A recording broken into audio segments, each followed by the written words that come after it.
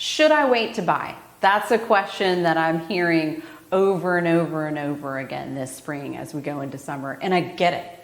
Everything is ridiculously expensive right now, whether you're going to the grocery store, putting gas in the car, pricing vacations, summer camps. I totally understand. And I think human nature is when we don't know exactly what to do, we freeze and we don't do anything.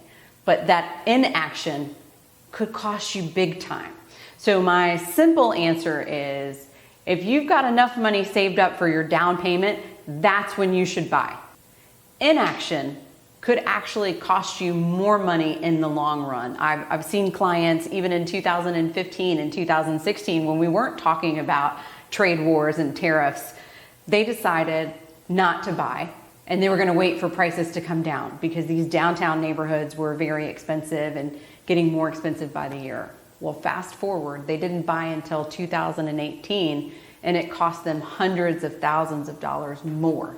And of course, the interest rates change every day. So there's no guarantee. You could get a double whammy where you pay a higher sales price and you have a higher interest rate. Truly, there are no guarantees. And so my simple piece of advice as to when you should buy is when you've got enough money saved up for the down payment. That's when you should buy. You can't try and time the market. You'll drive yourself crazy and you won't be able to make a decision